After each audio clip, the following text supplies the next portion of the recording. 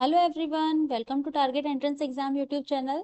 हम लोग अपने प्रीवियस ईयर पेपर्स की सीरीज कर रहे हैं, जिसमें हमने 2021 के 25 क्वेश्चन हमने कल कंप्लीट कर लिए थे। बचे हुए 25 क्वेश्चन हम आज हिंदी के कंप्लीट करने वाले हैं। ठीक है, तो अभी तक अगर आपने टेलीग्राम और व्हाट्सएप को ग्रुप को ज्वाइन नहीं करा है, जल्दी से जाइए, डिस्क्रिप्शन में लिंक है, वहां से ज्वाइन कर लीजिए।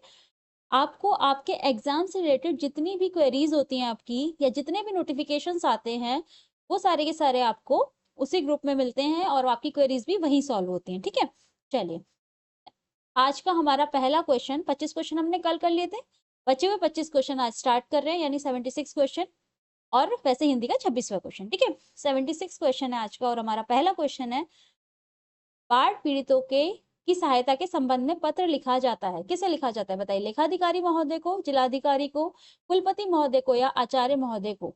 आप लोग अपने answer A B C D, जो भी आंसर होगा आपका, वो चैट बॉक्स में लिखते रहिए, ताकि आपको भी पता लगता रहे आपके प्रिपरेशन कैसी जा रही है।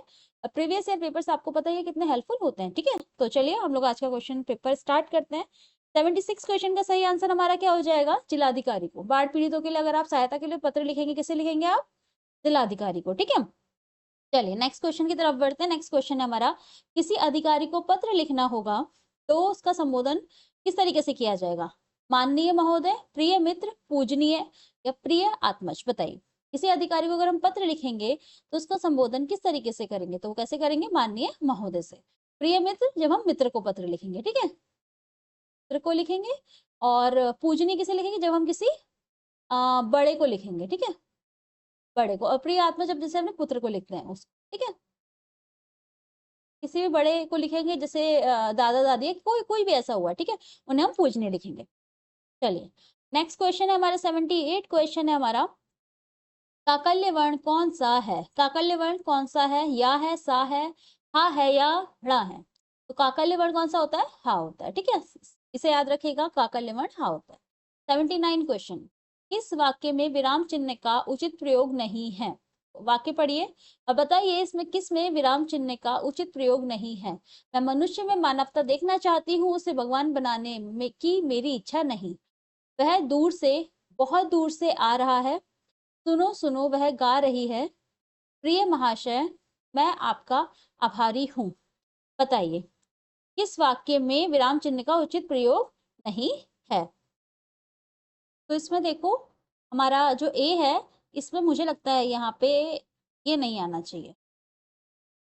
देखिए, यहाँ पे आपका अर्धविराम या कॉमा आना चाहिए, यहाँ पे ये नहीं आना चाहिए। ठीक है, तो किसमें विराम चिन्ह का उचित प्रयोग नहीं है? तो इसका आंसर ए बिल्कुल सही हो जाएगा।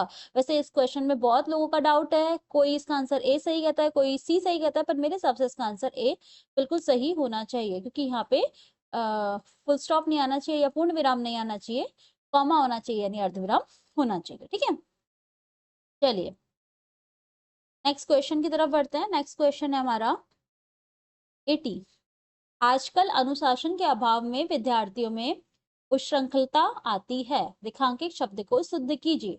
आपको इसे बताना है कि जो शब्द है आपका रेखांकित, वो शुद्ध कैसे लिखा जाएगा। ठीक है, ए लिखा जाएगा, बी लिखा जाएगा, सी लिखा जाएगा, या डी लिखा जाएगा?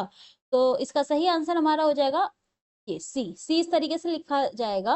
और अगर आप उच्छृंखलता का मतलब बोलेंगे, तो ये होता है जैसे अपनी मर्जी से काम करना, कहते हैं ना, किसी के दबाव में बिना आए काम करना।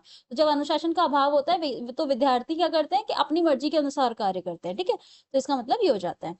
81 क्वेश्चन, भाववाचक संज्ञा कितने प्रकार के शब्दों से बनती है? 4 प्रकार के, 3 प्रकार के, 5 प्रकार के, या 6 प्रकार के? भाववाचक संज्ञा कितने प्रकार के शब्दों से बनती है? चलिए, तो इसका सही आंसर हमारा क्या हो जाएगा? इसका सही आंसर हमारा हो जाएगा 5 प्रकार के शब्दों से बनती है। अब 5 प्रकार आप पूछेंगे कौन कौन से? ठीक है, पहले जैसे भाववाचक संज्ञा है, तो वो 5 प्रकार के शब्दों से बनेगी, तो पहली कौन सी बनेगी? जातिवाचक संज्ञा से। ठीक है, संज्ञा से। तो ये कैसे बनेगी? जैसे मैं एक एक एग्जांपल दे देती हूँ। जैसे हमारा बना बूढ़ा से बुढ़ापा। ठीक है, इसी तरीके से सर्वनाम से, सर्वनाम जो होते हैं, सर्वनामों से कैसे बनेंगी? कैसे बनेंगी? जैसे अपना होता है ना, अपना से अपनापन, अपनापन। ठीक है, इसी तरीके से ये हमारा दूसरा हो गया, ये हमारा तीसरा हो गया, किससे? विशेषणों से बनेगी। और विशेषणों से कैसे बनेगी? जैसे विशेषण क्या होता है? चतुर। इससे कैसे बनेगी? चतुरता। ठीक है, चतुरता। इसी तरीके से चौथा हो जाएगा हमारा अवयवों से, अवयवों से। ठीक है, और पांचवा हमारा हो जाएगा क्रियाओं से। ठीक है, कुछ कुछ क्वेश्चन होते हैं जो थोड़े कंफ्यूजिंग होते हैं, तो उसको एक्सप्लेन कर देते हैं, बाकी तो आप लोग आराम से कर देते हैं। अगर मैं इसका एग्जांपल दूं तो जैसे हमारा धिक से बन जाएगा क्या? धिक्कार। ठीक है, और यहीं पे हमारा लास्ट क्रियाओं की अगर हम बात करते हैं, जैसे चढ़ना होता है, चढ़ने से क्या बन जाएगा? चढ़ाई। ठीक है, तो ये बुढ़ापा, अपनापन, चतुरता, धिक्कार और चढ़ाई। ठीक है, तो ये सारे हमारे भाववाचक संज्ञा के उदाहरण हो जाएंगे, 5 तरीके से बन सकती है। चलिए नेक्स्ट क्वेश्चन हमारा आता है। परिमाणवाचक क्रिया विशेषण अव्यय है, सर्वदा, सर्वत्र, इतना या गलत? बताइए। परिमाणवाचक क्रिया विशेषण अव्यय है, तो इसमें कौन सा है? इतना। परिमाणवाचक। ठीक है, इतना, उतना, ये सब होते हैं। ठीक है, चलिए 83 क्वेश्चन। निम्नलिखित में से पुल्लिंग शब्द कौन सा है? दया है, प्रार्थना है, वायु है या नेत्र है? पुल्लिंग शब्द आपने बताने हैं, इनमें से पुल्लिंग शब्द कौन सा है? पुल्लिंग शब्द, तो इसका सही आंसर हमारा क्या हो जाएगा? नेत्र। ठीक है, नेत्र हमारा पुल्लिंग शब्द है। Next question. निम्नलिखित में से किस वाक्य में भविष्य काल है? बताइए। मैं आपकी प्रतीक्षा करूंगा, मैंने एक पेड़ काट लिया, ये तो हमने पहले काट लिया, तो ये हमारा भूतकाल हो जाएगा। मैं पुस्तक पढ़ने वाला था गया, भी भूतकाल हो जाएगा। मैं आपका आभारी हूँ, ये भी नहीं होगा। सही आंसर क्या होगा? करूंगा, भविष्य में करूंगा, तो हमारा भविष्य काल किस में है? मैं आपकी प्रतीक्षा करूंगा। ठीक है, 85 क्वेश्चन। निम्नलिखित में से कौन सा भाववाच्य का उदाहरण है? बच्चा सो रहा है, मुझसे गाया नहीं जाता, मुझ राम के द्वारा पुस्तक पढ़ी गई या मुझसे पत्र लिखा गया? बताइए, इसमें से कौन सा भाववाच्य का उदाहरण है? इसका सही आंसर हमारा क्या हो जाएगा? मुझसे गाया नहीं जाता, 20 का सही आंसर हो जाएगा। ठीक है, नेक्स्ट क्वेश्चन हमारा। नेक्स्ट क्वेश्चन है हमारा, वाक्य में जिस शब्द से क्रिया के संबंध का बोध होता है उसे क्या कहते हैं? जिस शब्द से क्रिया के संबंध का बोध होता है उसे क्या कहते हैं? संबंध कारक कहते हैं, अपादान कारक कहते हैं, करण कारक कहते हैं या संप्रदान कारक कहते हैं? बताइए। तो जिससे क्रिया के संबंध का बोध होगा उसे क्या कहेंगे हम? क्या कहेंगे? संबंध कारक नहीं कहेंगे बेटा, करण कारक कहेंगे। ठीक है, अच्छा आप मुझे इन सब कारक की अभी विभक्ति बताएंगे। बहुत बार हम कर चुके हैं, 4 दिन से लगातार मैं आपको बता रही हूँ कि इनकी जो विभक्ति होती है वो क्या होती है, तो आप मुझे बताएंगे। ठीक है, जैसे संबंध की काकी के रारी रे, ये सब होती हैं। अगर मैं अपादान की बात करूं, मैं ऐसी बता दे रही हूँ, अपादान की बात होती है तो से अलग होना। ठीक है, जैसे पेड़ से पत्ता गिर गया। ठीक है, अगर हम करण कारक की बात करेंगे तो हम कर्ता ने कर्म को करण से के द्वारा, ठीक है, इसकी के द्वारा हो जाएगी। और संप्रदान की अगर हम बात करेंगे, संप्रदान क्या होता है? संप्रदान के लिए। ठीक है, के लिए। संप्रदान क्या होता है? संप्रदान की विभक्ति क्या होती है? के लिए। अपादान की क्या होती है? से कौन सा? अलग होना। संबंध की क्या होती है? का, की, के, ये सब, जैसे रारी रे, ये सब होता है का, की, के, रारी रे। ठीक है, और करण की क्या होती है? से के द्वारा। ठीक है, से के द्वारा। ओके, चलिए नेक्स्ट क्वेश्चन की तरफ बढ़ते हैं। तो नेक्स्ट क्वेश्चन हमारा क्या है? निम्नलिखित में से कौन सा शब्द विदेशी है? कौन सा शब्द विदेशी है? बताइए। मयूर है, मील है, वचन है या मध्य है? कौन सा शब्द विदेशी है? तो हमारा सही आंसर हो जाएगा बी, मील शब्द जो है हमारा वो विदेशी है। और मील अच्छा होता क्या है? ये हमारा होता है दूरी का मात्रक। ठीक है, ओके, चलिए दूरी का मात्रक। 88 क्वेश्चन। 88 क्वेश्चन है हमारा, पंकज, जलज आदि किस प्रकार के शब्द हैं? पंकज, जलद आदि किस प्रकार के शब्द है? रूढ़ है, यौगिक है, योग रूढ़ है या मिश्रित है? पंकज, जलद किस प्रकार के शब्द है? तो ये हमारे किस प्रकार के शब्द है? हमारे योग रूढ़ प्रकार के शब्द हैं। चलिए नेक्स्ट क्वेश्चन। 89 क्वेश्चन। बुरे अर्थ में प्रयुक्त होने वाला बद उपसर्ग किस भाषा का है? बद उपसर्ग मतलब मूल शब्द के आगे जो अगर बद लग जाए, है ना, तो बुरे के अर्थ में प्रयोग होगा, वो किस भाषा का है? संस्कृत का है, अंग्रेजी का है, उर्दू फारसी का है या हिंदी का है? तो इसका सही आंसर हो जाएगा उर्दू फारसी का है। और बद जैसे बदनाम, है ना, है ना, ये बदनाम हो जाएगा। और भी बहुत सारे उदाहरण हो सकते हैं, जैसे हाँ, जैसे बदकिस्मत। ये हमारा मूल शब्द हो गया, ये हमारा उपसर्ग हो गया, बद हमारा उपसर्ग हो गया इसमें। ठीक है, ये हमारा मूल शब्द हो गया और बद हमारा उपसर्ग हो गया। उपसर्ग क्या होता है? जो मूल शब्द के पहले लगते हैं वो उपसर्ग, बाद में लगेंगे तो प्रत्यय। ठीक है, चलिए नेक्स्ट क्वेश्चन। नेक्स्ट क्वेश्चन हमारा 90 क्वेश्चन है। ज्येष्ठ मास में निर्जला एकादशी का व्रत बहुत कठिन होता है। रेखांकित शब्द का विपरीत शब्द होगा। ज्येष्ठ का विपरीत शब्द क्या होगा? कहने का मतलब है ये शब्द जो हमें दे रखा है, रेखांकित शब्द जो हमें दे रखा है, इसका इसका क्या विपरीत शब्द यानी विलोम शब्द क्या होगा? तो ज्येष्ठ मतलब होता है बड़ा, कनिष्ठ मतलब होता है छोटा, तो इसका मतलब क्या, इसका विपरीत शब्द क्या होगा? कनिष्ठ। डी इसका बिल्कुल सही आंसर। 91 क्वेश्चन, 91 क्वेश्चन है हमारा। इसमें मदिरा का पर्यायवाची कौन सा नहीं है? नहीं शब्द हमेशा से मैं कहती हूँ याद रखिएगा, क्योंकि हम बार बार क्या पढ़ लेते हैं, है, तो हम पहला जो हमें आंसर दिखा हमने लगा दिया, अब वो गलत हो जाता है। ठीक है, तो सबसे पहले हम क्या देखेंगे, अच्छे से क्वेश्चन को पढ़ेंगे ताकि क्वेश्चन गलत ना हो। 2 3 4 5 क्वेश्चन तो हमारे ऐसे ही गलत हो जाते हैं जब हम गलत करना भी नहीं चाहते, हमें तो वो क्वेश्चन आ रहे होते हैं। ठीक है, तो ध्यान से पढ़ेंगे, टेंशन नहीं लेंगे बिल्कुल।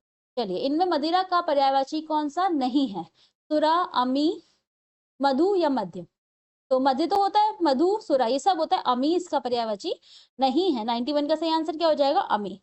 अमी शब्द मदिरा का पर्यायवाची नहीं है, तो किसका पर्यायवाची है ये हमारा अमृत का पर्यायवाची। सॉरी, एक सेकेंड, हाँ, ये हमारा अमृत का पर्यायवाची है। चलिए नेक्स्ट क्वेश्चन। प्रमत्त स्वेच्छाचारी का अनेकार्थी शब्द होगा। उन्मत्त, प्रपीड़ित, परितत्व या उत्कृत? बताइए इसका सही आंसर क्या हो जाएगा? तो इसका सही आंसर हमारा क्या हो जाएगा? ए इसका सही आंसर, बिल्कुल बिल्कुल सही, इसका सही आंसर हमारा ए हो जाएगा। उन्मत्त इसका अनेकार्थी शब्द हो जाएगा, दोनों का मतलब एक ही है। अगर हम प्रमत्त स्वेच्छाधिकारी की बात करें तो इसका मतलब क्या होता है? जैसे अपनी मनमानी करने वाला, मस्त यानी अपनी मनमानी करने वाला, और उन्मत्त का मतलब होता है कि मतलब जो किसी की ना सुने, पागलपन कहते हैं ना जिसको, तो वो। ठीक है, तो इसका सही मतलब क्या हो जाएगा? ए बिल्कुल सही मतलब हो जाएगा। ठीक है, सही आंसर हो जाएगा। 93 क्वेश्चन पे आते हैं। 93 क्वेश्चन कहता है हमारा, कुल और कूल शब्द युग्म के सही अर्थ भेद का चयन कीजिए। मतलब इनमें से कौन सा ऑप्शन ऐसा है जिसमें इनका मतलब निकलता हो? वंश या गमन, वंश गमन, वंश किनारा, किनारा वंश या सब वंश? कुल का मतलब हमारा क्या होता है? वंश, है ना? कुल का मतलब होता है वंश। ठीक है, और कूल का मतलब होता है हमारा किनारा। तो ऐसा कौन सा युग्म है? देख लीजिए, वंश और किनारा, बी इसका बिल्कुल सही आंसर हो जाएगा। ठीक है, स्कूल का मतलब होता है किनारा और स्कूल का मतलब होता है वंश। ठीक है, चलिए 94 क्वेश्चन। जो व्याकरण जानता है, एक शब्द के क्रम में सही विकल्प चुनिए। कौन होता है जो व्याकरण जानता है?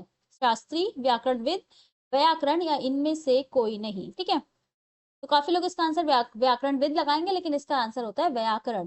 जो व्याकरण जानता है, जो व्याकरण को पढ़ रहा है अभी, वो हमारा व्याकरणविद होता है, लेकिन जो व्याकरण जानता है वो व्याकरण होता है। ठीक है, तो इसका आंसर सी बिल्कुल सही हो जाएगा। 95 क्वेश्चन।